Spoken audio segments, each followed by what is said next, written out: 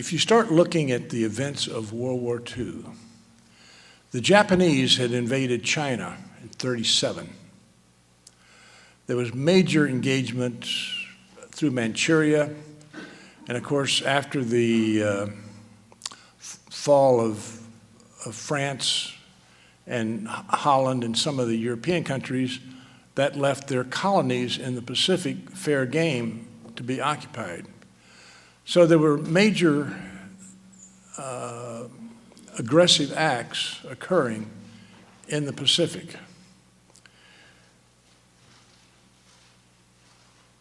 There was major America First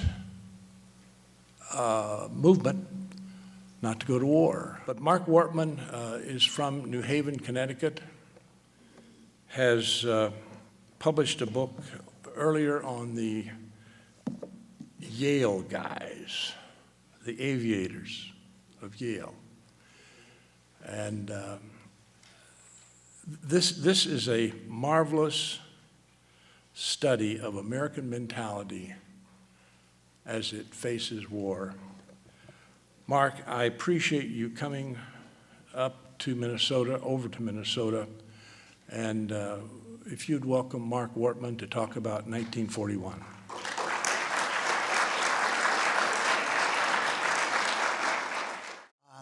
One of the things I remember in Ken Burns' World War II documentary that when he was interviewing Sam Hines, who was one of the principal voices in the Burns documentary, was Sam saying how war is like a raging river, and that if you put your toe in, you'll be swept away. And what I realized, and what led me into the writing of this book, was just how much Americans were doing everything they could not to put their toe into those wars that were raging in Europe and raging in Asia, as Colonel Patton said. And that there was this immense desire to enjoy the fruits of our splendid geographical isolation, but behind two immense moats, the Atlantic and the Pacific. And one of those leading figures in that effort, somebody who didn't get mentioned at all today, is another Minnesotan. And you can see him on my cover there at the bottom, Charles Lindbergh. And I'll talk a little bit about him later. But we do have to understand that there was, as much as there is enormous reasons to feel very proud and very, very happy that America did finally step up, there was a long period. 2 years, if we take it, 2 years and 4 months, if we take it from September 1st, 1939, when the Germans invaded Poland. 4 years from 1937, if we take it from the Japanese invasion of central China. And indeed, while one of the things that I tried to do in this book was not to in any way take anything away from the Ward gun, is to give a sense of what I call the shadow war, which was two aspects of a shadow. Both the way the war itself shadowed the American scene and what was going on here politically, and how much those wars were influencing American domestic life well before Pearl Harbor. And then the other is the shadow war, the actual secret war, largely secret, that the US was engaged in, both in the Pacific, where we were sending forces as well as materiel into China, and much more significantly in the Atlantic War, where the United States was sending its ships deeper and deeper into the combat zones, essentially as a an adjunct force in support of the British in their fight against the Germans, and by by spring of 41, a U.S. ship engaged in what it thought was combat with a U-boat. In the fall of 1941, well before Pearl Harbor, American ships were in an undeclared war in the Atlantic, and sailors and officers aboard American destroyers, most significantly the Kearney and the Reuben James, were killed fighting in World War II. But again, this is not to take away from the true significance of what the sailors aboard the Ward did. So, with that, let's jump back to June 18th, 1940. That day was one of the lowest in the history of human freedom and democracy in the entire Western world. French forces had just capitulated, and Nazi German forces were marching down the Champs-Élysées in Paris. Hitler came for a tour of Paris, where he basically looked around the city and said, well, I won't destroy it because it's very pretty, but we are going to displace this as the true capital of Europe. British forces had been pushed off the continent at Dunkirk with enormous loss of equipment and lives.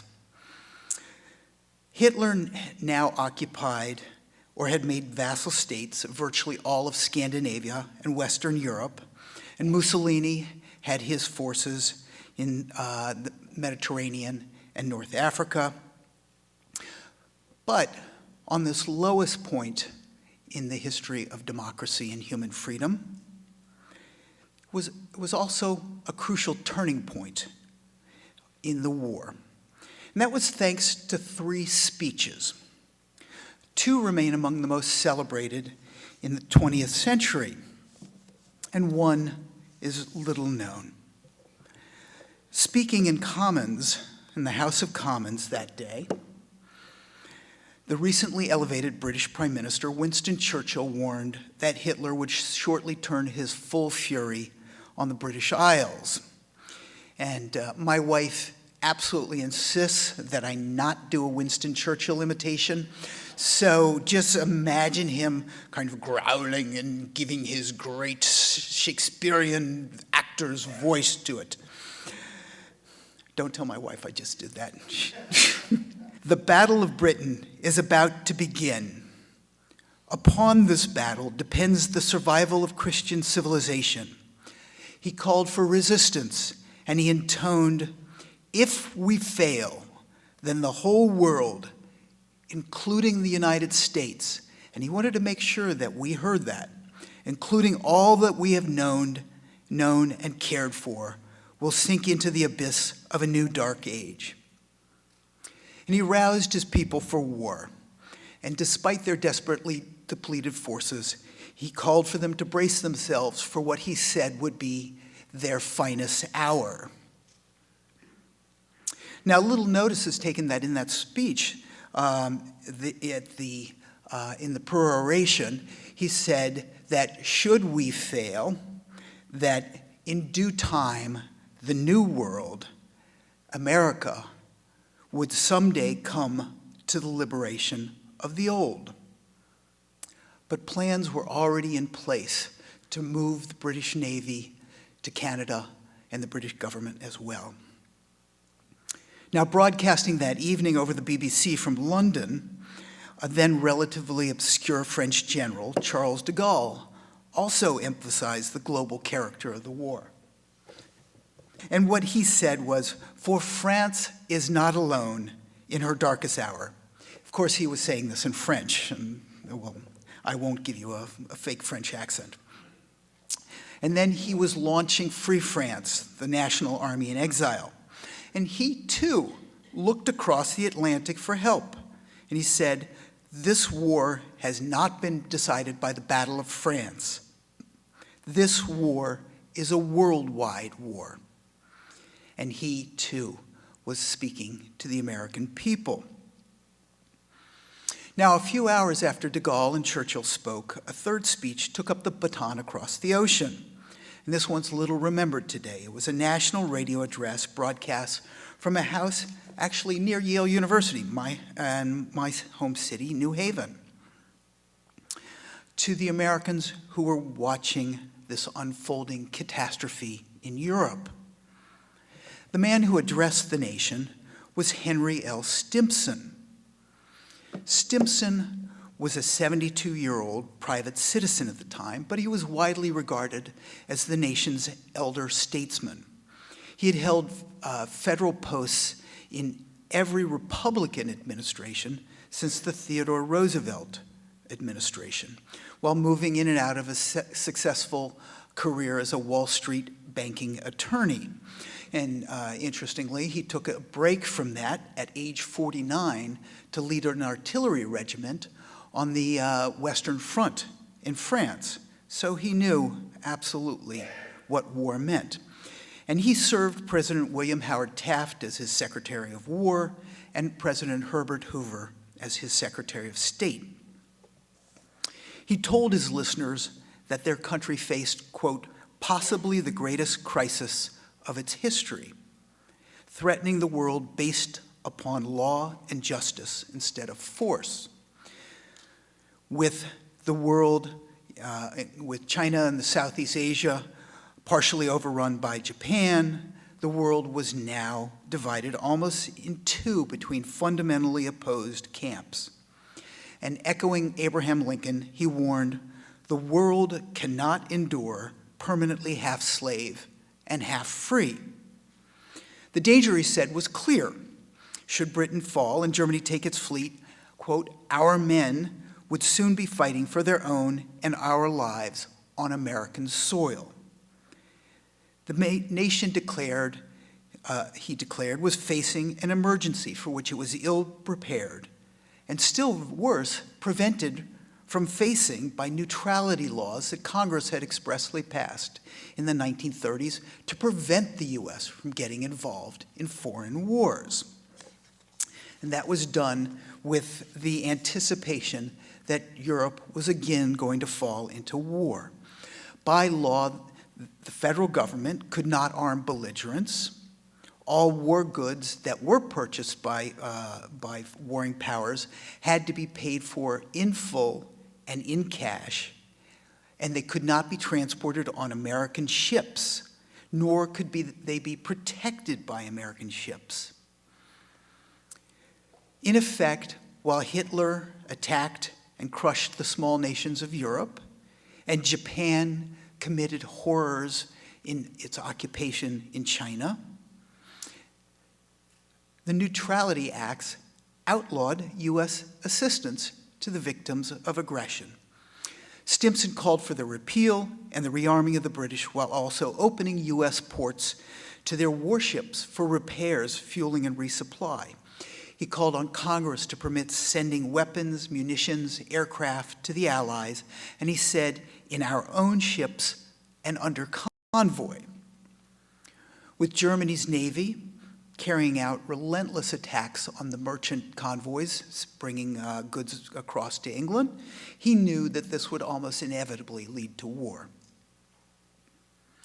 Most significantly for his listeners, he called for the creation of an immediate compulsory draft, national military draft. And that was a startlingly radical notion. We have to realize, in the bright light of the war that followed, it seemed like this and all that has happened since, seems like this was always our world, but it wasn't by any means. The U.S. at this point had no formal alliances of any kind. We had friendships, but no alliances. And the U.S., in its 164 years up to the time when Stimson was speaking, had never drafted a single citizen during peacetime. We were officially and formally at peace with every nation on earth. And he concluded that June 18th, 1940 radio talk saying, I believe we should find our people ready to take their proper part in this threatened world and to carry through to victory, freedom, and reconstruction.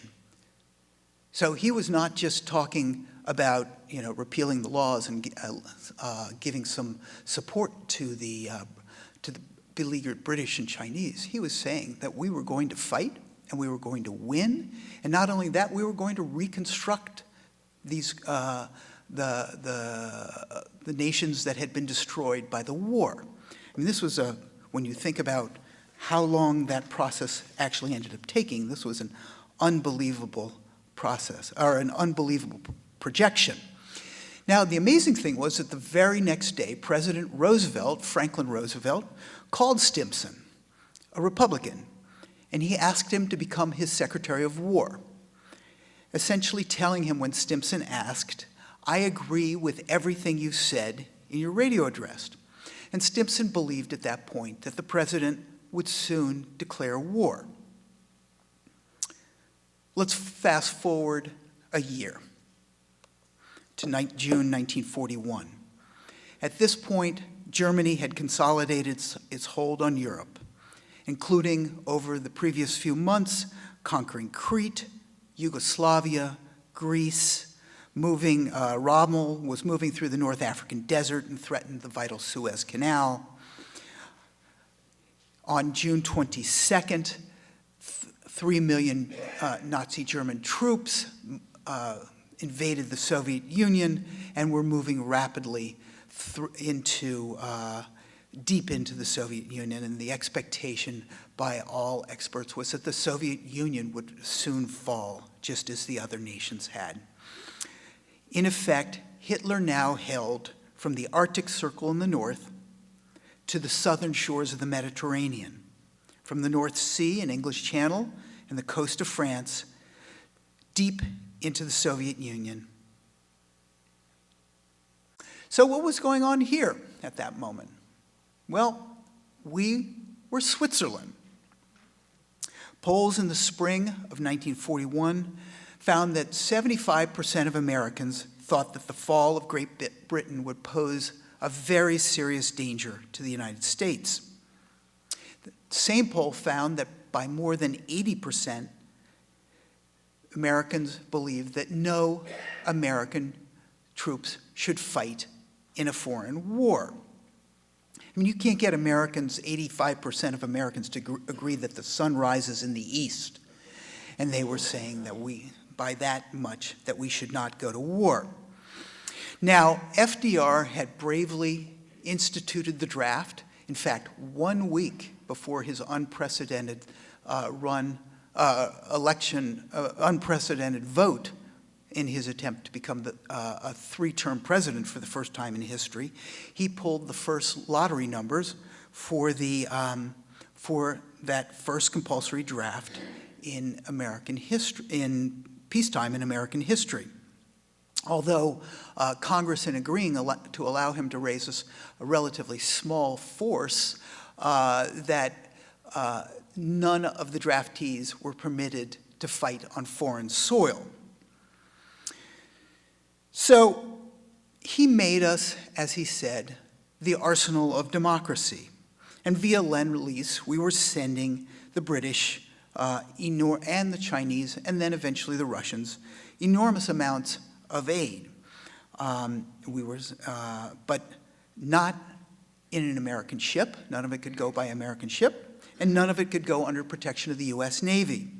And so as a result, lots of those tanks and bombs, airplanes, trucks, including things that were being manufactured here in Minneapolis and elsewhere in Minnesota, oil and aviation fuel, scrap metal and grain, on convoys that were assembling off the coast of Canada, were ending up in the bottom of the sea in the North Atlantic, thanks to the German U-boat wolf packs that were attacking the convoys.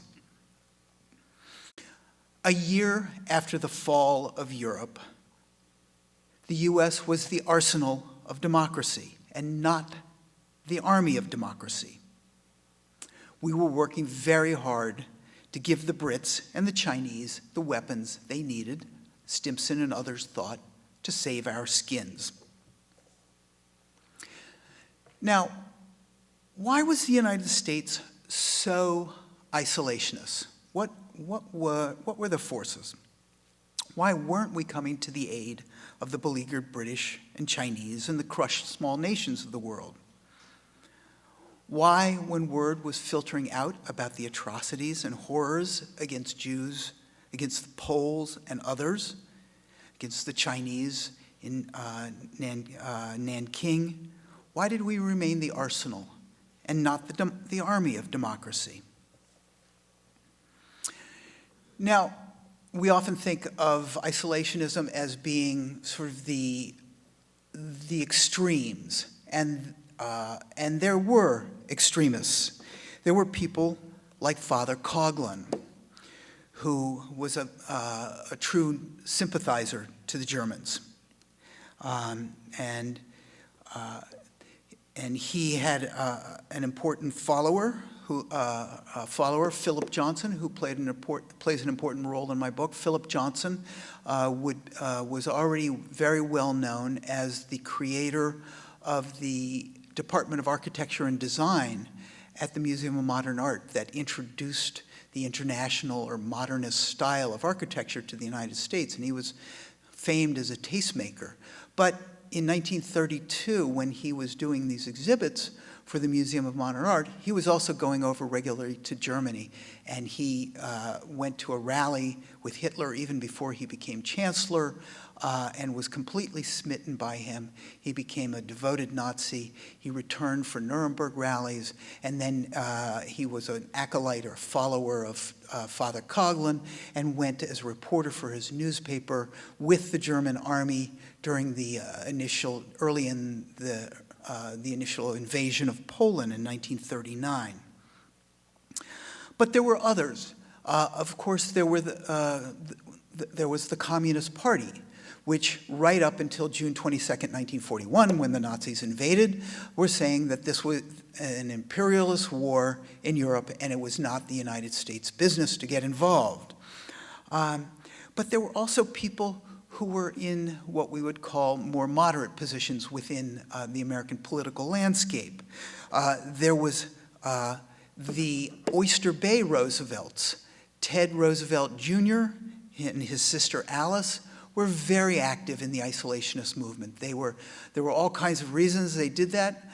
Ted Roosevelt Jr. was a hero during World War I, following his father's insistence that this war in Europe in the 1914-1918 war was America's business, and that it was a moral obligation for the United States to go to war. And Ted Roosevelt and his three brothers all went. One of them died. Ted Roosevelt Jr. was badly injured, wounded in the war, and he came back, was a co-founder of the American Legion, and he was adamantly opposed to the U.S. going to war.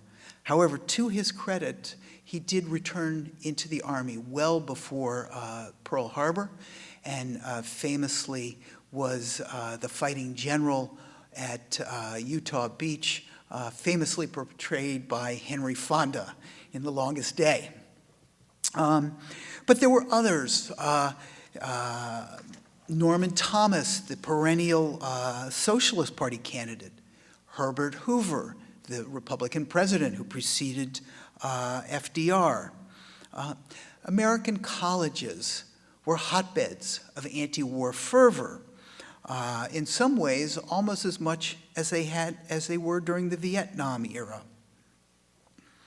And there were other reasons that Americans chose or believed that they shouldn't go to war. Of course, thanks to all these orders that were now being placed for American weapons and goods via Lend-Lease purchases, the good times were rolling. And for the first time since the Great Depression had stuck its claws into the American people, people could do things like buy refrigerators and think about purchasing a car and having a good meal every day of the week. And then of course, there were the memories of World War I and the horrors of the trenches on the Western Front. And most Americans believed that this was going to become another war of attrition. And then lastly, there was thinking about, why do we want to pull the King of England's iron out of the fires? And the history's largest colonial empire. Now, there were people who were trying to tell Americans that this was different than World War I. This was something that we had to get involved in. William Shirer, who again plays an important role in my book, was CBS Radio News correspondent based in Berlin. Here he's shown in St. Peter's Square in Rome. And he was reporting every evening on American radios across the nation. He would actually walk by the Brandenburg Gate from his hotel to the German radio house, where he would, after he would check in, give them his script. They would have censors read through his script. They had German Americans who, or I guess you should say over there, American Germans, who were there specifically to make sure there was nothing in American vernacular, that he was trying to convey things outside what they considered acceptable information to be conveyed to the American people. And he was broadcasting the news about what was going on there. But by November of 1940, with England bombing Berlin and elsewhere in Germany, the Germans said, you cannot broadcast your own script. You have to broadcast official press releases that we provide to you. And Shirer said, I can't do that. And he returned to the United States, and he embarked on what I would call a Paul Revere effort to try to tell the American people what it was that was going on in Germany, specifically in Poland, because he too had witnessed what was going on in Poland. And he was telling the American people that the Nazis were going to murder all the Jews of Poland and enslave the Polish people, and that it was absolutely inevitable that Hitler would, once he conquered Britain, would turn upon the United States, and that if we waited, we would truly be isolated. Now, there was a group at Yale University, many of them later very famous people. Among them was Kingman Brewster, who was later the president of Yale University and the United States ambassador to Great Britain, rather ironically. Potter Stewart, a future Supreme Court justice. Sergeant Shriver, founder of the Peace Corps. Gerald Ford, later president. They got together and formed what they thought was going to be a campus movement to oppose U.S. intervention in the European war. It was to be called the Committee for America First. One of those students who was part of the group, R. Douglas Stewart, known as Bob Stewart, his father was the president of Quaker Oats. He came back to Chicago in the summer of 1940, and that campus organization very quickly became a national anti-war movement with the basic tenets that the U.S. should provide no aid to foreign nations, no aid of any kind to foreign nations, that the U.S. should not intervene in the war in any way, and that the U.S. should build up its own defenses, and that it should be for America first. Others strongly supported them. John Kennedy, a young JFK, sent them a donation saying the work you're doing is so important.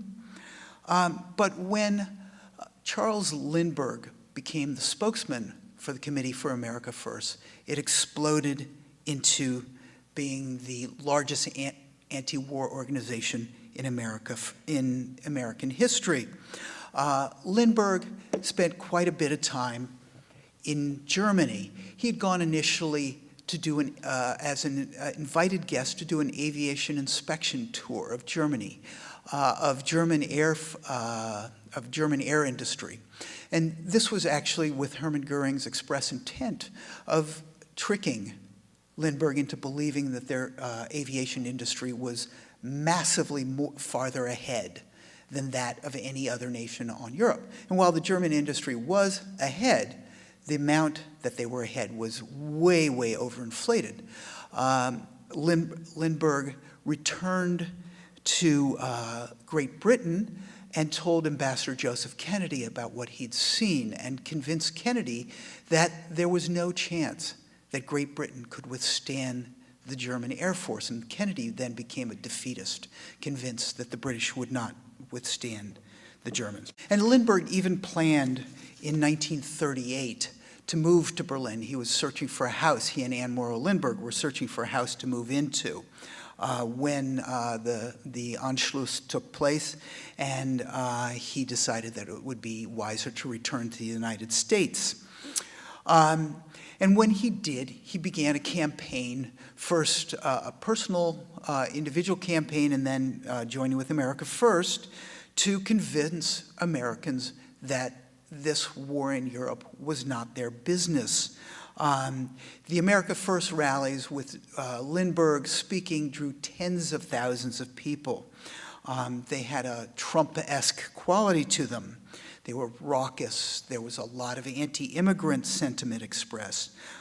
There were a number of hard right-wingers, pro-Nazi types, and anti-Semitic views were widely expressed at them. There was sometimes violence as protesters came out to oppose these views being expressed.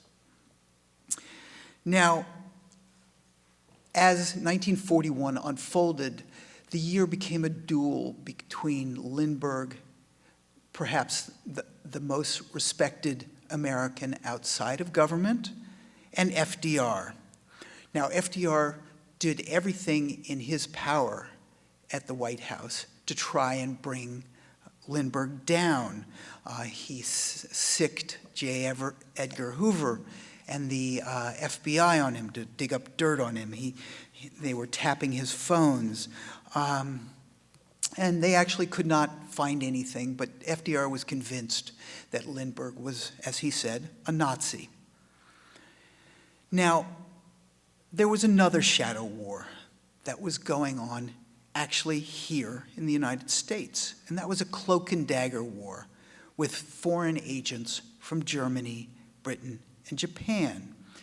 And they were busily engaged in manipulating U.S. public opinion. The German embassy had a direct pipeline through sympathetic congressmen on Capitol Hill, and they would write speeches for some of these congressmen. And they actually inserted a fake speech by Adolf Hitler into the congressional record. There was even the murder, excuse me, I shouldn't say this. There was even the unexplained death of a Nazi sympathizer, U.S. senator, in an airplane crash of unexplained causes. There was spying and dirty tricks going on. And there was no intelligence force, though, that compared in size to that of the British. At Rockefeller Center in Midtown Manhattan, thanks to the Rockefeller family, a man named Sir William Stevenson set up an agency called the British Security Coordination.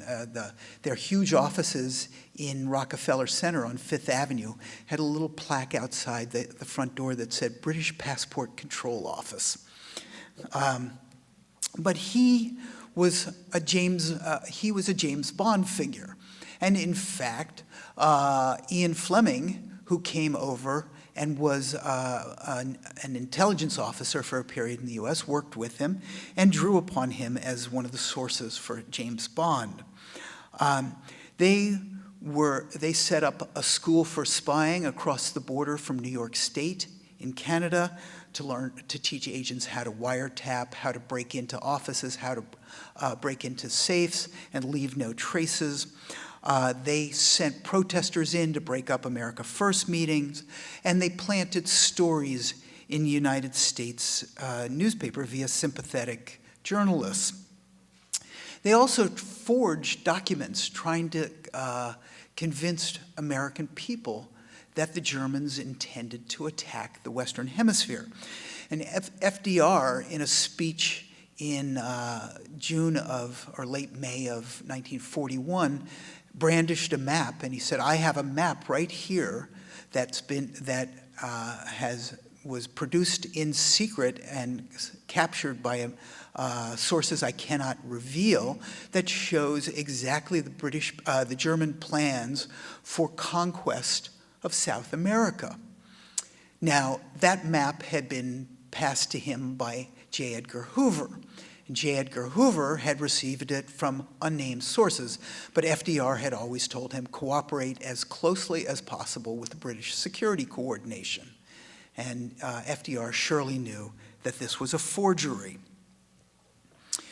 Now, I'd be doing an injustice to the period if I didn't mention a true hero, a man who brought together Great Britain and eventually Russia to face the Nazi horrors. In my opinion, Harry Hopkins saved the world in 1941. Harry Hopkins had run the Works Progress Administration, the WPA, early in the Great Depression, the largest employment agency in history. Many people in the United States accused him of being a communist, and some accused him of being actively a Soviet spy. He was being mentioned, touted as a possible successor to FDR as president, but he got sick and he had a big chunk of his stomach removed. And he was forever after malnourished and sort of kept alive by injections of nutrients and other stimulants, I guess. On the night of Germany's invasion of France, he was having dinner at the White House. He felt ill. President Roosevelt invited him to spend the night. He was the guest who came to dinner. He never left until 1943. He was a widower. He moved into what was known as the Lincoln Study then, and his daughter moved into the third floor of the White House. And he and FDR became hand and glove. Many took to calling him the deputy president. That's despite the fact that Harry Hopkins had no official title and for a long period had no salary at all. And he sat in on the cabinet meetings. No important decision went through the president without first going through Harry Hopkins. And also, politics and his wheelchair kept FDR confined largely to Washington and Hyde Park, New York, where his childhood home was. And so he sent Hopkins as his alter ego, first to London to meet Winston Churchill. Now, Winston Churchill, FDR said, was the only man in public life who had ever snubbed him, and this took place back in at the end of World War I when FDR was a young assistant secretary of the Navy. And Churchill was, despite being half American, was a royalist, a thoroughgoing warrior, a firm believer in the colonial empire, and an aristocrat. And in an age where people drank a great deal, he was known to drink to excess. And nobody was sure whether the prima donna in London and the prima donna in Washington would be able to get along. And so Harry Hopkins went there to find out. Now, when he arrived, Churchill didn't know anything about Hopkins. He thought, well, this man had run a major social services agency during the Depression, so probably he wants to know how we handle social welfare during wartime. And he starts in telling at a dinner the day of Hopkins' arrival, he starts telling him, well, about what they call the cottagers, the rural folk and how they were being supported in wartime. And Hopkins interrupts the Prime Minister, Sir Winston Churchill, and says, that's all well and good, but we don't give a damn about your cottagers. What we want to know is how we're going to defeat that son of a bitch in Berlin. And Winston Churchill reddened for an instant, and then they got down to business. And he and Hopkins got along famously. Hopkins extended his stay there. He went with Churchill from Scapa Flow in the north to Portsmouth in the south. He got to see the devastation from the German Blitz, barely avoiding a bombing in one case. And Winston Churchill said, if I could, I would dub him Lord Root of the Matter. And Hopkins established that we, America, needed to do everything we could to keep the British Isles afloat, and that FDR and Winston Churchill would get along famously. Hopkins returned there in July of 1941, and he brought along this map. This map to show you how FDR kind of did things ad hoc. FDR met shortly before sending Hopkins, the evening before he sent Hopkins off to see Winston Churchill. He took a National Geographic and he tore out the map in it, showing where the German combat zone was and the distances on the map. And you can see that pencil line that goes to the east of Iceland in a loop that puts it within about 300 miles of the United Kingdom and then extends all the way down off the page. And he said, tell the Prime Minister that American ships are going to patrol up to that point. So effectively, he was declaring this was the American Western Hemisphere security zone, putting American ships right into the midst of the German combat zone. In July of 1941, we occupied Iceland, a sovereign nation, sending none of the draftees, mind you, but sending Marines and naval officers there. American ships were sending supplies back and forth to our troops in Iceland. They were American warplanes were patrolling for German U-boats. American ships were out there reporting on the presence of U-boats, and finally American ships were being attacked by German U-boats. We were neck deep in the war well before Pearl Harbor. In August of 1941, finally, Harry Hopkins got Churchill and FDR together for the first time in a summit off of the coast of Newfoundland on a ship. And they issued, at the end of that meeting, Churchill was disappointed. He thought the United States, if it wasn't going to declare war at this point, that at least it would establish a firm red line in Asia, telling the Japanese if they went beyond a certain point that they would categorically go to war. FDR was not willing to do that yet. But what he was willing to do was to issue a declaration, 8 points, the Atlantic Charter, that declared what the world was going to look like after the defeat of the tyrants.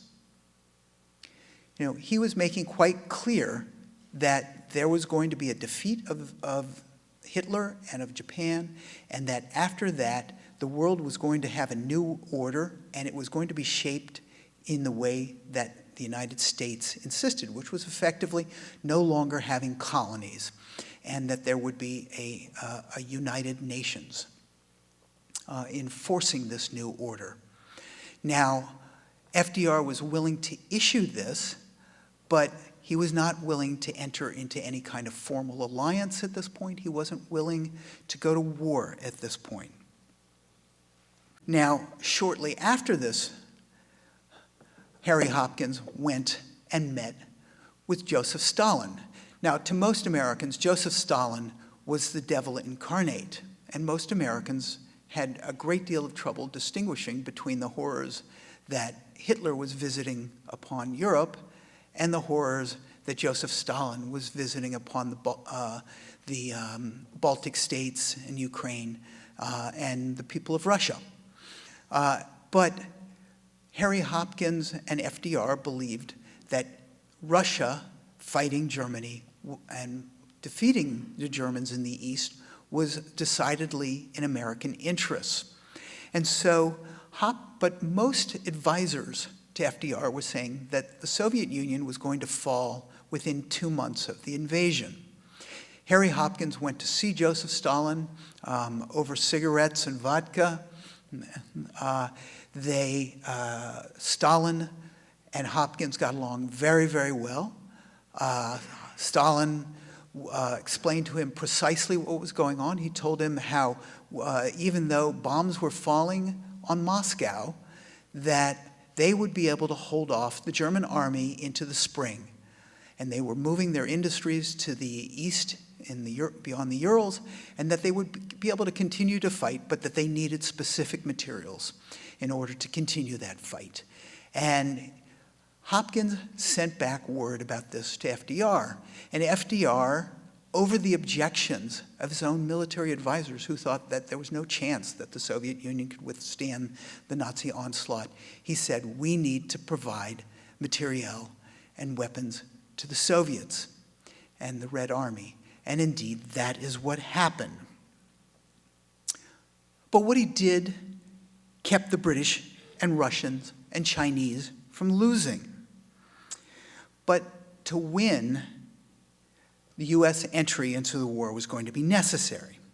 Now, FDR was unwilling to buck the powerful isolationists, and his own words of promise to the American people that no American troops would fight a foreign war.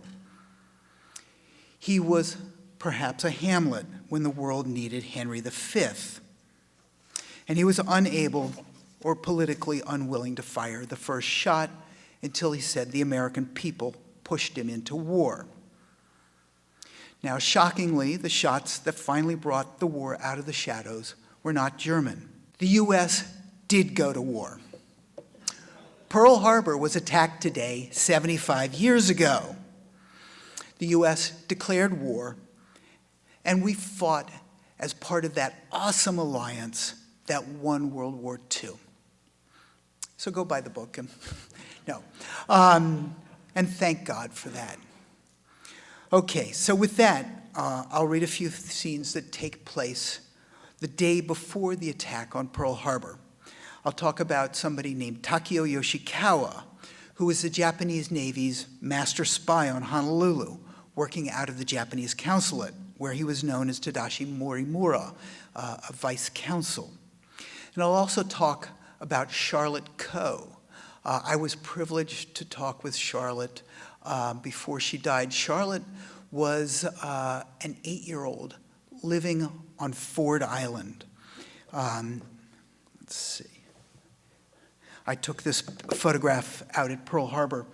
In the foreground, of course, is part of the superstructure of the Arizona and the mooring where the Arizona was. And you can see the dock going over to Ford Island. And amidst the trees are some small houses. This was married officers' quarters for the Ford Island Naval Air Station, which sat in the middle of Pearl Harbor. And I took a flight over Pearl Harbor, and you can see Ford Island there in the center. And you can see on the left, you can see the USS Missouri, and to the stern, or rather the bow of the ship is where the USS Arizona is, and then beyond that, which was Battleship Row, and beyond that was where Charlotte lived as an 8-year-old. On Saturday, December 6th, the 7th in Japan, President Roosevelt cabled a personal message from the White House through his ambassador in Tokyo directly to Emperor Hirohito. He reiterated proposals made 2 weeks earlier for a modus vivendi, basically a stand-down of tensions in the region, and appealed to the emperor's sense of, quote, a sacred duty to restore traditional amity and prevent further death and destruction in the world. After dinner, Eleanor Roosevelt brought 2 people she'd met with that evening to the president's study to wish him good night. FDR shared his gallows humor with the 3 of them. Well, he said, this son of man has just sent his final message to the Son of God. Half an hour later, FDR and Harry Hopkins lounged and smoked in their pajamas and robes in the president's study. A Navy captain arrived with the day's intelligence briefing. While the officer waited, Roosevelt reviewed the decrypted transcripts of Japanese transmissions. His face darkened. He handed the pages to Hopkins, who read them while walking slowly back and forth in front of the president. Hopkins handed them back. Roosevelt finally said what both men were thinking. This means war. The Japanese had rejected FDR's call for a modus vivendi. The Japanese might attack, and very soon, said Hopkins. Perhaps, he suggested, the time had come for the U.S. to, quote, strike the first blow and prevent any sort of surprise. A solemn FDR pointedly demurred. No, we can't do that. We are a democracy and a peaceful people. He would not cede to the impulse for preemptive war, or his political reflexes refused to move in that way. Roosevelt felt he had done everything he could to prevent war with Japan. He raised his voice and said, "But we have a good record." The Japanese task force pressed on through heavy seas towards Oahu. More than ever, it required last-minute information about American military activities on the island. Tokyo cabled the Honolulu consulate for immediate information about the movements of the fleet subsequent to the December 4th. On Saturday, December 6th, the 7th in Tokyo, Yoshikawa left his office around 10 in the morning for Pearl Harbor. Returning at 2 that afternoon, he wrote out a message for transmission. He went through possible air defenses, noting that he had seen no signs of barrage balloons anywhere, nor torpedo nets around the battleships. I imagine, he cabled, that in all probability there is considerable opportunity left to take advantage for a surprise attack against these places. He headed back out and returned in the evening to write up his final cable of the day. He read his dispatch. No barrage balloons sighted. Battleships are without torpedo netting. No indications of air or sea alert wired to nearby islands. He made note that the carriers Enterprise and Lexington had gone to sea. Yoshikawa later recalled, I knew that the message I was working on might well be the last which the Japanese attack force commander would receive before the attack. He buzzed the radio room code clerk. Japan's secret agent in Hawaii paused before handing him the paper. He knew. I held history in the palm of my hand. Across Ford Island and its airstrips and hangars, now closed up tight, 8-year-old Charlotte Coe lay in bed trying to fall asleep in her family's house. She could hear the films being shown that Saturday night and see the lights flickering aboard the USS Arizona on Battleship Row. Charlotte and her brother Chucky were home with a sitter. That evening, her father, Lieutenant Commander Charles L. Coe, Ford Island's third in command, and his wife had gone out for dinner, possibly to the Ramses place, just the other side of Admiral Patrick Bellinger's house at the top of the Married Officers Loop Road. Married Officers Quarters Loop Road. Captain Logan Ramsey was Bellinger's chief of staff. As the evening ended, Ramsey called out to the departing guests, well, let's hope the Japs wait until after Christmas before they start raising hell in the Pacific. As he often did before going to bed, Yoshikawa strolled among the consulate's carefully tended garden beds, palm trees, fragrant flowering hibiscus, and plush lawns. Stars glimmered in the dark sky above. He had heard a patrol plane buzzing earlier in the evening. It had departed the scene. Only the sounds of his footfalls and the fluttering leaves penetrated the sweet Honolulu night.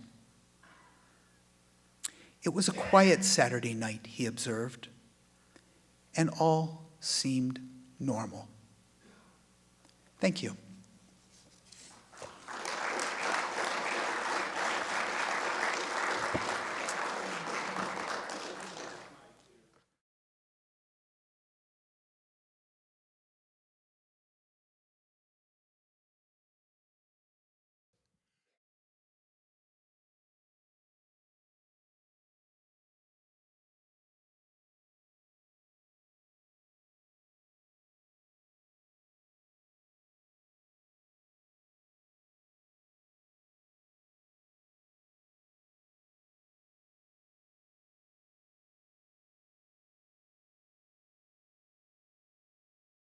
As you see, the submarine is generally intact. The submersible is part of the University of Hawaii underwater research lab. And here,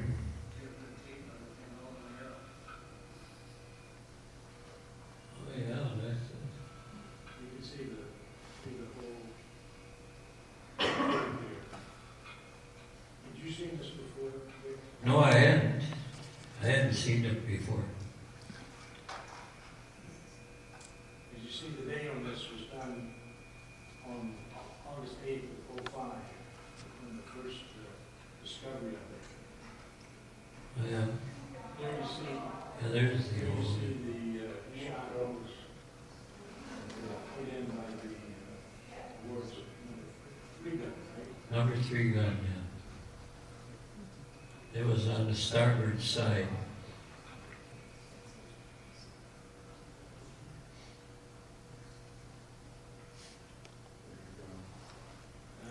Ron, I think the bodies of the 2 Japanese are still inside. Yes, they are. They're, it's like a funeral place now, a burial site, and they're trying to keep people from diving on here and disturbing it because they want it to be like a grave site. They want to respect that.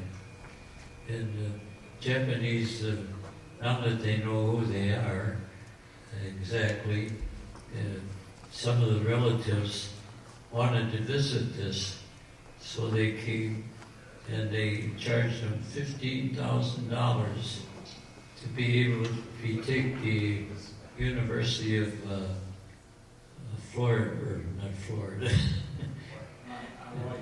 Hawaii, and they went down, and it takes 4 hours to get down to that location. It's so deep, and I think it's about 1,500 feet. yeah, I think so. It's quite deep, and they can't. There's none. They can't do anything with it. They just go down and look at it. It takes 4 hours to get down there, and get 4 hours to get back. It's so slow. But the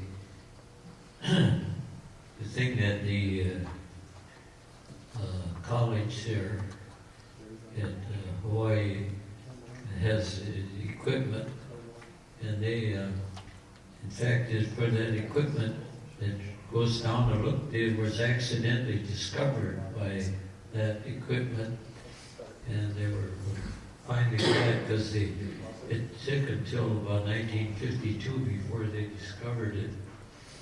They were looking for it for a long time. And they spent a lot of money looking for it. And they finally found it. What are some of the other vessels that are sunk in the area? Are you familiar with them? Well, I don't know of any Japanese. Well, Japanese lost a midget submarine inside of the harbor, got rammed by a ready destroyer, and they gave them, the Japanese, they gave them a military funeral, so out of respect for military works. Yeah.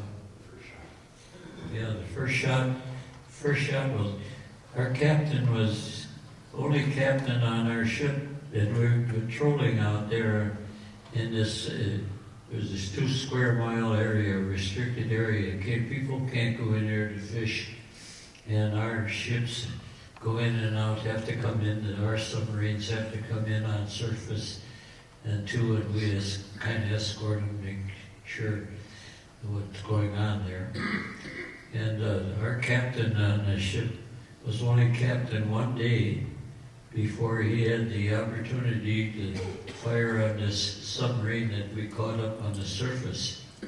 We can't understand why that midget submarine was on the surface, except he was trying to follow one of our other ships going into the harbor.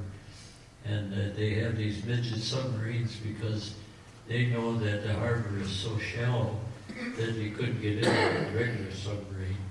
So they wait for one of our ships to either come in or go out, and then they'd sneak in with them. And that was sneaking through the subnet, right?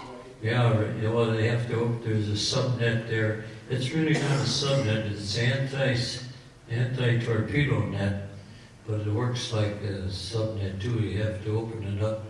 It takes 45 minutes to open it and stuff. So when a ship goes through there, it has to go through very slowly. And Japanese had these 5 submarines that they tried to sneak in there. Well, 2 of them got in there, and they get in that way. The reason they have that anti-submarine, it's not anti-submarine, it's anti-torpedo net, is because the battleships are located not too far from the entrance as for real distance, because the Japanese had torpedoes that could go a long way accurately, way better than ours.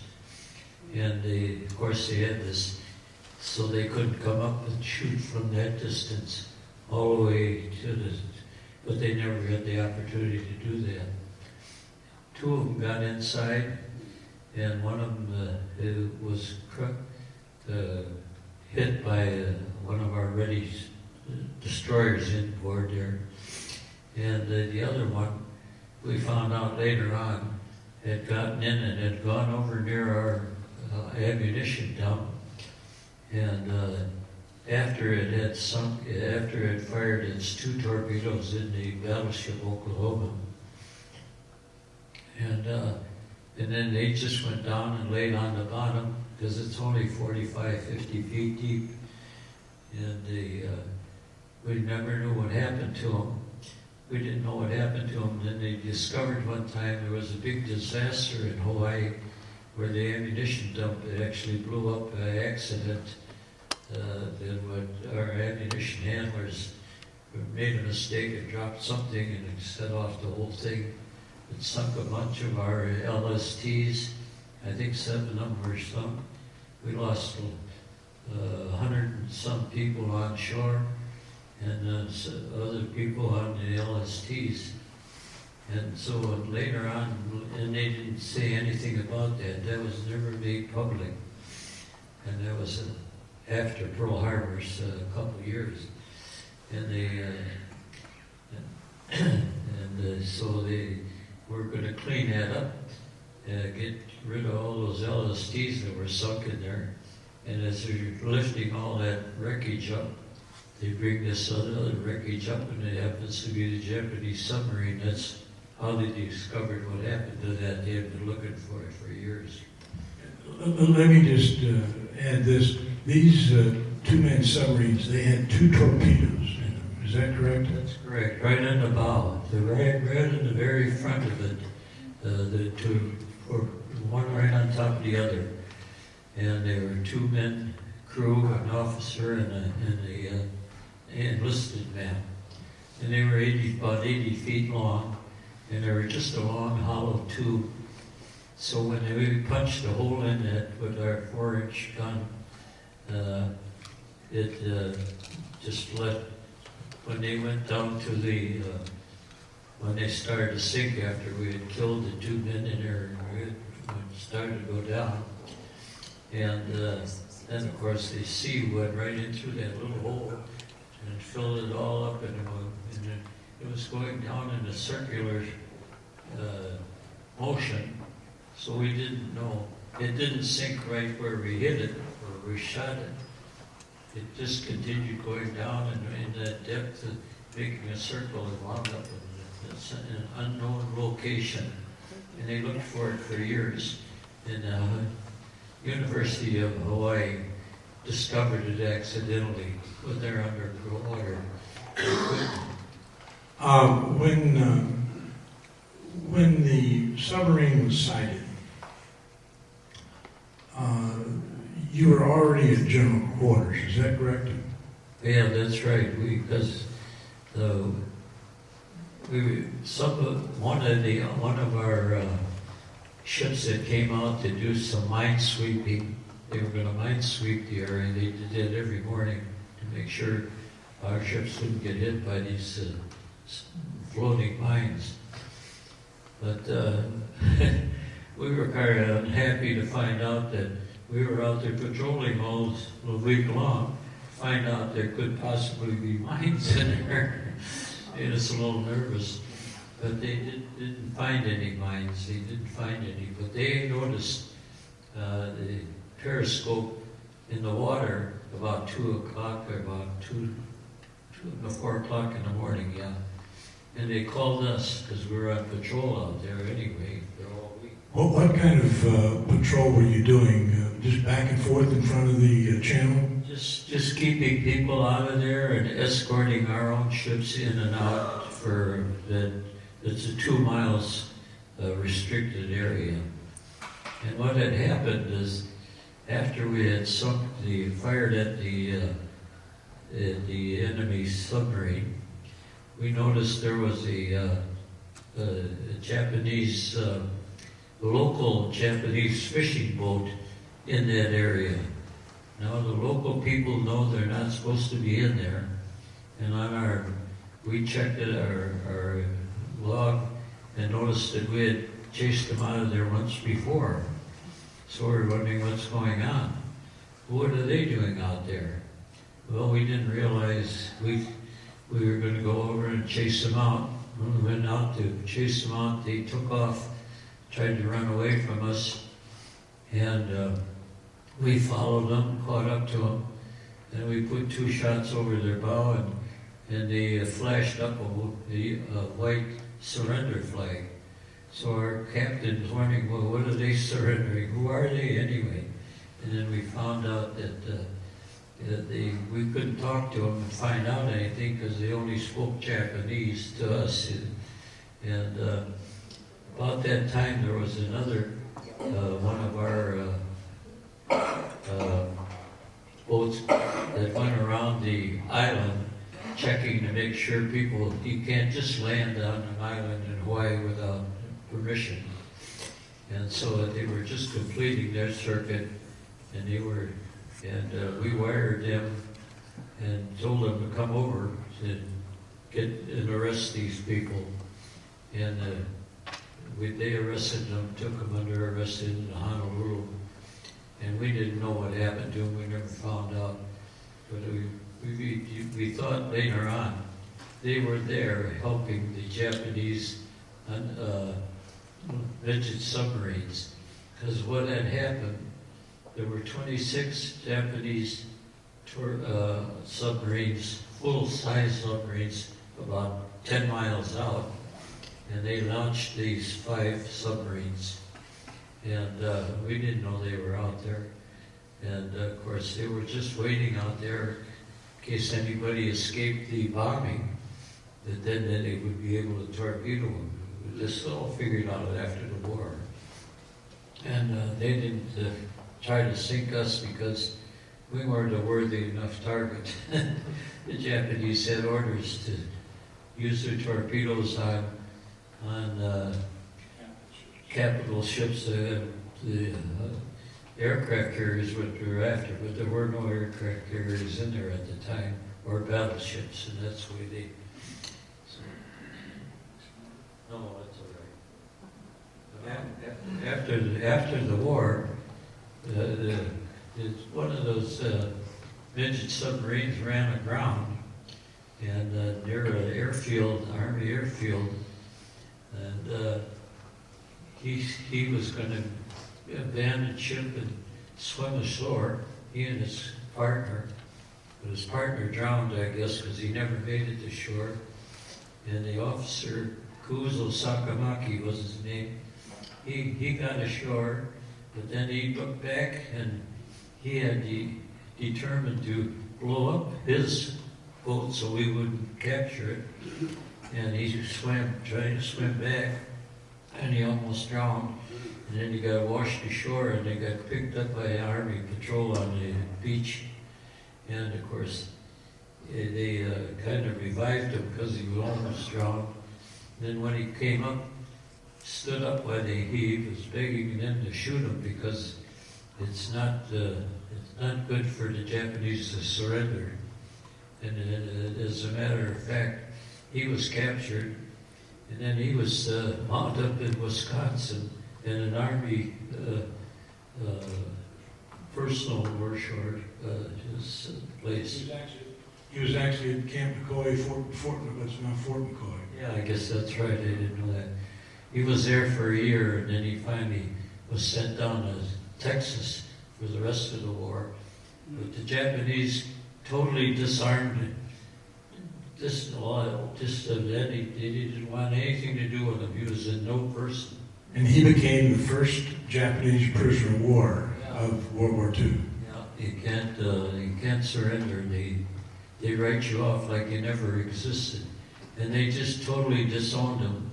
Wouldn't let him back into after the war. They wouldn't let him back in. And then he went down to South America. And he became a rancher down there, and I guess he got to be a millionaire rancher. And then he had an article written in the paper by the Army, our Army or something, about his story. And one of the officers off our ship saw that, and he wrote to them to contact Kuzo Sakamaki, and he invited Kuzo Sakamaki to come to St. Paul, and he did. And he told us about how he could have sunk us, but we weren't a worthy enough target. His orders were to use his torpedoes on the battleship, and we weren't a worthy enough target. So we were lucky he didn't do it. Yeah. Well, now, you were assigned to Gun 5, if I recall. No, I was on Gun 2. Gun number 1 was on the bow, gun number 2 was on the port side, and that's where I was. And number 3 was on the, just opposite of us, on the starboard side, and that's where the target was. Well, now, did I understand that your gun 2 took a shot at the submarine? No, not gun number 2, no, they didn't. We were just sitting there doing nothing. We had a 4-inch 50 caliber gun that was only for the surface, because this is World War II gun, World War II or World War I gun, and World War I ship. We were 20 years behind the times with our equipment. So we were just, all we could do was to sit at our battle station and see what was happening. And couple planes came over and dropped bombs at us, but they missed. One on one side and one on the other side. Kind of raised us up a little bit. We never got hit. Our biggest problem was that when the second group of Japanese bombers come over, they were high-level bombers. Now our guns, our cannon, our battleships and that had their guns going, and the ammunition. And of course, they're shooting all these shells up in the air, and then that breaks into a lot of little pieces. That all comes down. Well, that was falling on us, so we had to get out of that area a little bit, move out about a mile so that we wouldn't get bound with our own stuff. What kind of planes dropped bombs on the submarine? Was it PBYs? There were. On the submarines? I don't really. You said there was some bombing with the submarine. No, I don't know what kind of bomb. We had a airfield, a remote airfield, not at Pearl Harbor, but in a remote area. A couple of pilots got off there, and they shot down, I think, 7 of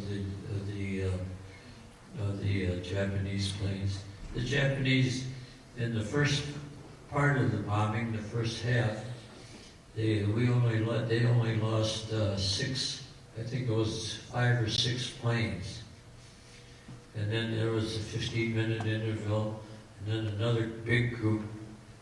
They had 350 in one group, I think, and about 180 in another, something like that. I don't remember all that, but when they came in there, they had high-level bombers in there and strafing, and some of our pilots from the remote airfield shot down 7 of them, And they lost 28 planes in the second attack because we now were shooting back at them. So that's what happened. What did you hear when the number 3 gun shot at the submarine? Did they start yelling, "Hey, we've hit this thing, we've hit this thing"? No, they were pretty happy they hit it, but the gun, you see, it was so close, and the people that give them the distance, and you have people looking at the enemy, determining how fast they're going and what direction they're going, and they railed that down to the gun crews to set up. The enemy ships were only about 150, 200 feet away, and we only figured that rangefinders are only good for 600 yards, 6,000 yards. They expect enemy to be way out there somewhere. This one was so close, we couldn't use any kind of setting. So they just had to sight down the barrel and barrel sight and just pull the trigger because it was about from here to the end of the auditorium away. It was getting ready to probably crash right into it. But we moved away, and after we shot it, after they shot it, I should say, that was an all St. Paul gun crew. There was 10 men on the gun crew, and they hand-loaded the guns. We were 20 years behind the time of our equipment. And then they went behind after the bullet went into there. They passed, we got ahead of them, and they carried on, and of course they started to sink. Well, they were sinking slowly in a big circle that we found out later about. And so it's not laying in the bottom where we shot it. It's way out somewhere. And it took them until 2019, 25 was it? Years to find it. They couldn't, they knew there was something, but they didn't know exactly where it was because it had made such a big circle. And they accidentally found it by the people from the college. So those people were quite terrific. Yeah. Who were some of the people on that number 3 gun crew? Did I know any of them? Gosh, the gun crew, and that gun crew is listed. All their names are on the gun, and the gun is here in St. Paul, of course, down by the. Well, last time I saw it was down by the Capitol. They were talking about moving it, and they're all on there. They're all from St. Paul, and I know them all, but I can't remember all. I've had an accident where I got hit in the head, and it affected my ability to read. And I had to learn how to read all over again. You're doing pretty good, buddy. Yeah, well.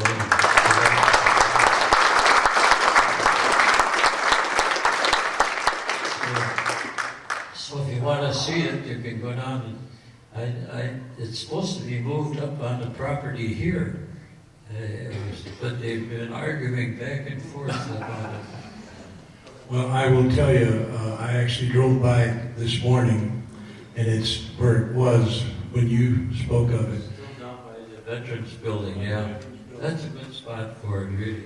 And I would bring to your attention of those in the audience, as you come into the 3M auditorium, there is a model that the Ward Association had built, and take a look at that as you come in.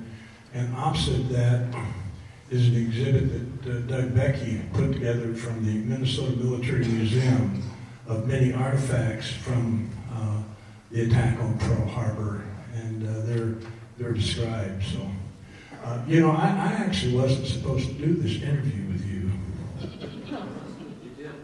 It surprises me about things, just like the attack on Hawaii. It was a big surprise. Actually, I stepped in for Doug Becky. Doug, why don't you come down and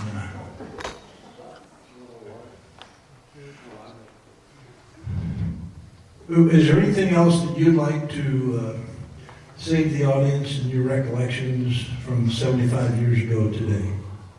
Well, no, I'm so proud of St. Paul people or Minnesota people being there. There were hundreds of us there, and at one time there was about 500 Pearl Harbor survivors in Minnesota. And there's 3 chapters in Minnesota, one down by Mankato, one in St. Cloud, and I'm president and chaplain of the Twin City chapter. But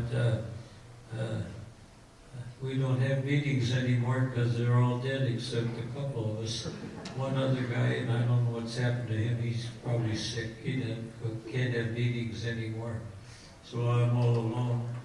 But I'm mighty proud.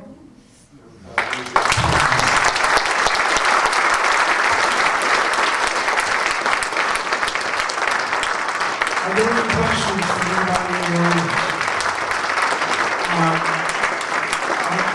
If I could, I'd like to introduce, he didn't get recognition, but his grandson, Richard Thill III, flew up from Florida to be sure that his grandfather made it.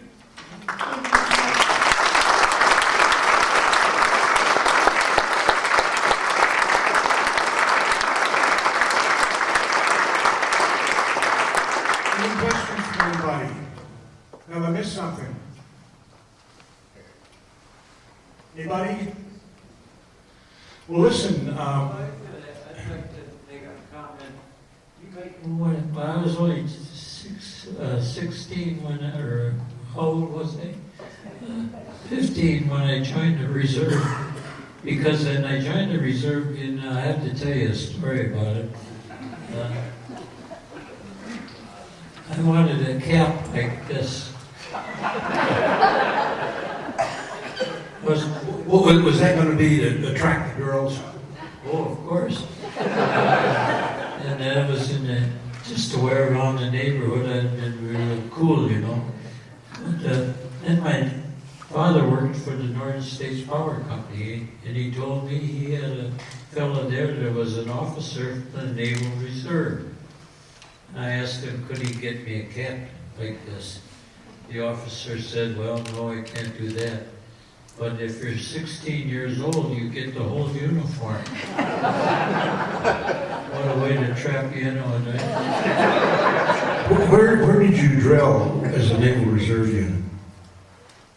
Oh, there's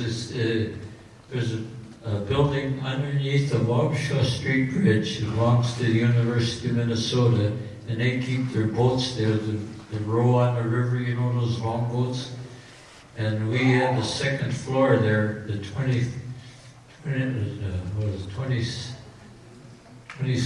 28th Division Naval Reserves, drilled up on the second floor. I think I got the numbers right, I'm not sure. But that's where we drilled. And when I joined, my dad told him I was 17. He wanted to get rid of me too, I guess.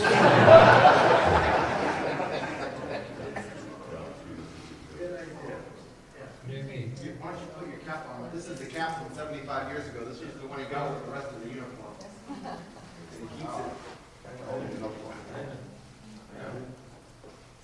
Let's see what you look like 75 years ago. I don't want to wear it out because it's hard to get you on that. You might have to sign up again. I got one right here for you. Me. I can't even get it on.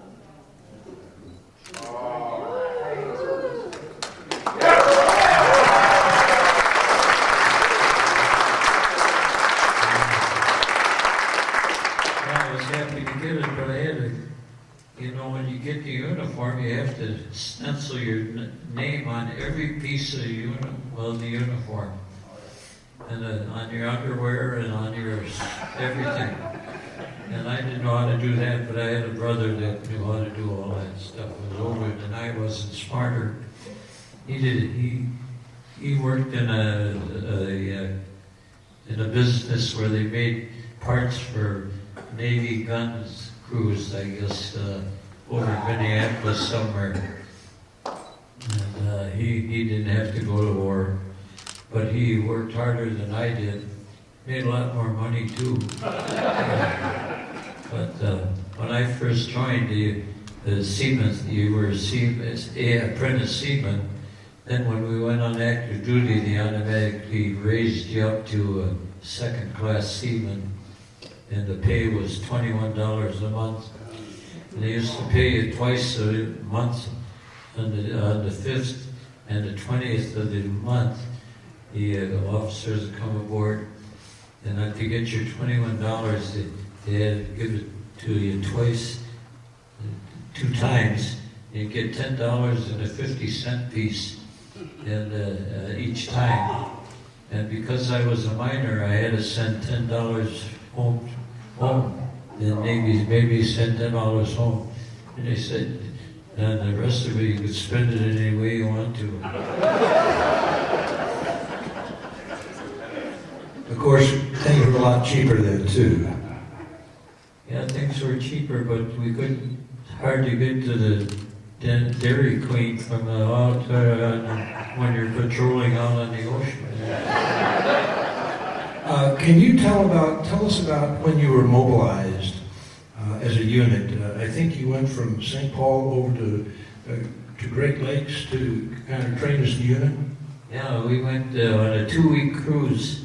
That was just before I was still 16 then, and we went to a gunboat that used to. They called it a gunboat because they had a little gun on the bow up there. And it used to be a private yacht, I guess, at one time. It was called what was it called? The Savannah or something? I can't remember the name of it. Paducah, oh, it was the Paducah, yeah. Spent 2 weeks on that, and that was my total training. Except that we used to drill in the second floor of that building that was owned by the university, I guess it was. How long was it from the time you trained on Lake Michigan till the time that you were assigned to the ward in Hawaii? Well, when we got back off of that training, President Roosevelt had declared a national emergency, and he said, "Well, now, and when you get settled down, you have to go for a year on active duty." And that was toward the end of the year, and he let us stay because until January, because he said Christmas was coming and Thanksgiving, and we let you do that. Then on the 21st of January, we left to go to California to the station where our gun was sitting. Our gun had been sitting down there for 20 years, rusting away. So they needed a lot of people to go down there and scrape all the rust off of it and paint it and put a name on it. That was the USS Ward, DD 131, 139 I mean. Yeah. Then after the war started, a year after the war started, we got our captain got promoted to another job after he'd been there a year, and we got sent back to up by Bremerton Yard, yeah, and we got in there on Christmas Eve of 1941, yeah, 1941, and they converted us into an APD, which meant we were going to be able to carry troops on landings. So we got to be in the amphibious forces then, and we could carry 150 troops in it at one time, and drop them off on the landings on all these islands. And of course, that was quite a thing. One thing I'd like to tell a story about. they had a young fella on our ship. He was from Texas, and he thought he was a Texas Ranger, I guess. He was only about 18 years old or something. And on our gunboat, on our boats that we took the troops in the shore, there were 2 machine guns, one on the left side and one on the right side up on the bow. Then in the middle of the boat, there was a place for the troops to go out. They dropped the thing down, and the troops would go out onto the island. Well, on his first, they finally gave him the job. They gave him the station to be on one of the guns. And the first landing he was on, when the troops hit the beach, the thing dropped down, and the Japanese machine guns, they killed the first 2 soldiers. And the kid, you know, they were just told to break all the trees and stuff with the machine gun. But after that happened, this guy got killed right next to him there. He decided he didn't want to be a cowboy anymore. He didn't realize they were going to shoot back at you. It changes the whole story when you get somebody shooting at you. But it was kind of funny, but it wasn't really funny at all. So. Were you on the Ward when it was finally sunk in 44? No, I got transferred off. I was ship's cook first class. I was 20 years old, and we're down in Papua New Guinea, and they said, you're getting promoted, you're going to be chief petty officer, chief commissary steward. I said, I'm only 20 years old. I'd be the youngest chief in the Navy. I'd be a slick-armed chief, and nobody's going to pay attention to somebody like that, just a kid. And so they said, well, if you don't take it, you have to take 30 days leave. I said, I'll take the leave. And I did, but they sent me all the way to Newport, Rhode Island to go to firefighting school. Because they wanted to, every time you got transferred, people were taught how to fight fires on the ships, because that's a very bad thing. A fire on the ship is terrible, because all the paint that's on there, everything catches on fire. And they didn't really know how to fight the fires, because we had 20-year-old equipment. We had a little firefighter, little thing that just squirted it on there, wouldn't put out anything. But they did that, and so I graduated from that, and then I got transferred down to Philadelphia, and there was a ship down there that had been a cruiser that had been over in Europe doing a tremendous war record.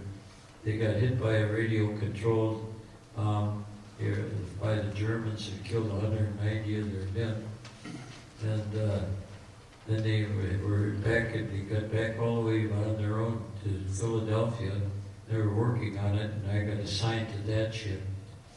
And that worked out pretty well for me. I spent a year on there, and at the end of the year, they said, well, the war is almost over, but we got orders we could make. There's 3 guys were first class cooks. They said 2 of you are going to be chief commissary stewards. I said, I don't know how to do that part of the work. That was all the paperwork and ordering is done. I don't know how to do the cooking. So I said, you give it to the 3rd guy. And he sent me to the school down in Florida, because I wanted to get some shore duty. And I was down there. So I could have been chief twice, and I was only 20 years old, and I got to be 21 when I was on Savannah. And then I went to Florida, and they sent me to chief commissary steward school. And then the war ended before I got out of the school, and then they sent me home. I never got to be chief. Now it's twice they were going to give it to me. So that's the fortunes of war. They should have started the war over again. I'd have made chief for sure. When you came back to Minnesota, as I recall, you worked for NSP. Is that right? Yeah. I worked for NSB. I went to St. John's University up north there on the GI Bill. That was a good deal. For $65 a month that they gave me, I'd give them $60, and I could keep $5 to spend any way I wanted to with the month. And I was up there 2 years, but I had missed high school, a year and a half of high school, because I had to leave high school to go on active duty. And what happened is I was very poor in mathematics, and I told them, I think I'm just wasting my time here. I'm going to leave, give it to somebody else. And then I went down and I worked for Northern States Power Company, and I got a job there. My dad worked there, and I worked there. And I worked for them for 40 years, and I used to do high voltage safety demonstrations at schools and things for them. And out at the state fair, we had a thing where we demonstrate things about telling kids not to fly kites near power lines and don't climb trees near power lines. But the trouble was, I was on a 2-year, what do you call it, studying to be a, and I was asked to go down someplace to do some work, and they said, well, now you're gonna go up these poles because they're changing the voltage from 4,000 to 12,000.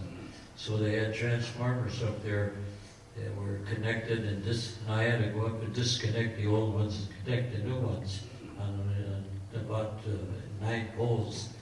In those days, we had hooks on our feet where we had to climb into the wood.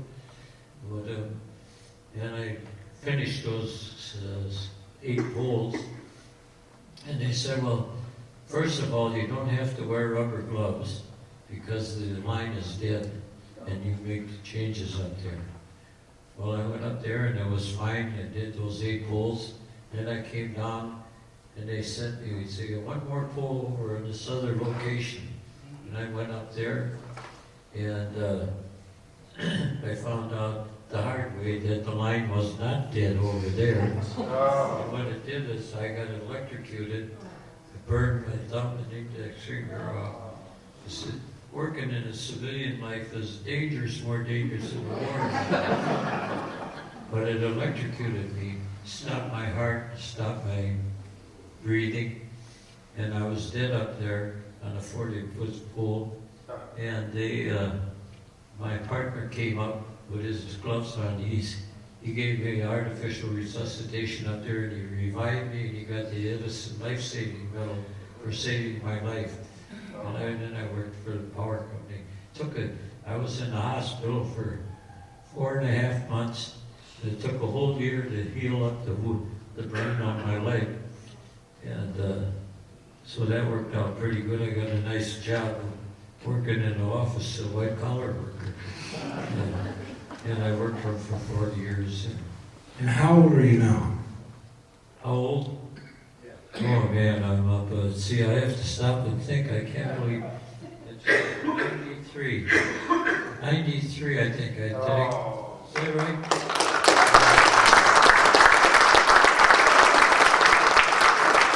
Maybe it was that electric charge. What did you say? Maybe it was that electric charge that pushed you over to 93. It almost pushed me over, all right. But, I worked very well. After that, I got to be in charge, and I had 18 people working for me. So I went from being a worker to a boss. I was an easy boss to work for. We actually got a letter that Randall is going to read, dedication to you veterans. And it's on letterhead, and the letterhead is from the Congress of the United States, so that says something about your service to the country. It's dated, of course, December 7th, 2016, Pearl Harbor Commemoration, Minnesota History Center, distinguished guests. As we commemorate the 75th anniversary of the attack on Pearl Harbor, I would like to honor the brave Minnesota soldiers, sailors, and airmen that endured that surprise attack on the morning of December 7th, 1941. The unprovoked attack that occurred that morning forever reshaped American history and the history of the free world. As a nation, we are eternally grateful to those involved in the attacks of Pearl Harbor, especially the 2,400 brave Americans who lost their lives. Minnesota has a unique and important role in history of the attack on Pearl Harbor. The members of the Minnesota Naval Reserves who were aboard the USS Ward saved countless lives when they detected a Japanese submarine attempting to launch an attack in the harbor. The gun used by those naval reservists now stands as a memorial on the state capitol grounds and serves as a reminder that it was Minnesota who fired the first American shots of World War II in defense of our nation. To the survivors and family members whose loved ones were at Pearl Harbor on December 7th, I offer my deepest gratitude and sincerest thanks for their sacrifices they have made. For the families of the 2,400 Americans who lost their lives, our nation will never forget the ultimate sacrifice they made that day. The example set by the brave men and women on that day will forever remind the world that America will always rise to the challenge and will always stand on the side of freedom. Warmest regards, Eric Paulson, Member of Congress.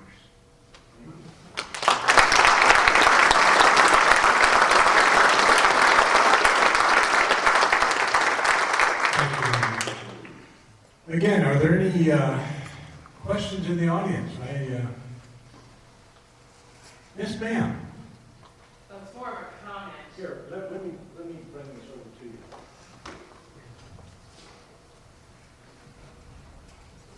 It's more of a comment, and I wish Mr. Kowalski was still in the room, and it looks like he might have left the room, but he had said something when he was up on stage about thanking all of us to be here and, honor all the veterans. And I'd like to say to him and to all of you veterans that are here, we're honored that you're here to share your personal stories of what you went through. I mean, I think it's just, in your speech and talking, it's like you got a memory like, wow. I think I speak for everybody here that we're glad that you're here to share your stories. All right.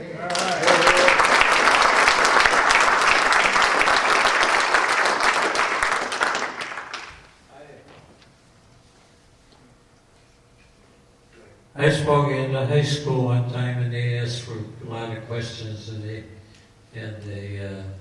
so I asked them. I asked for some questions. They said, "Did you ever get a tattoo?" And I said, "Well, I'll tell you one thing. When I got called on active duty, my mother said, 'Richard, I don't want you to get a tattoo. Your dad had one, and I didn't like it.'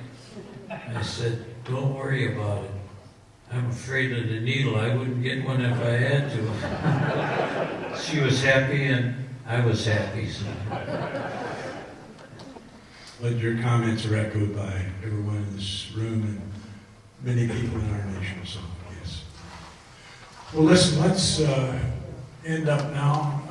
We'll keep him up here if any of you would like to come down and express your personal gratitude to Dick. And again, Dick, thank you so much for being here. Again, your presence is important to all of us. Thanks very much.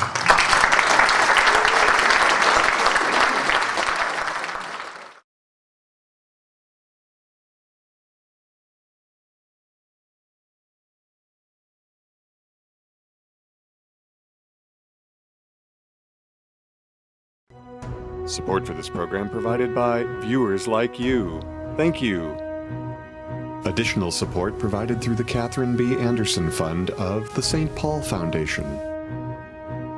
Upcoming roundtable topics can be found at www.mn-ww2roundtable.org. Production services provided by Barrows Productions.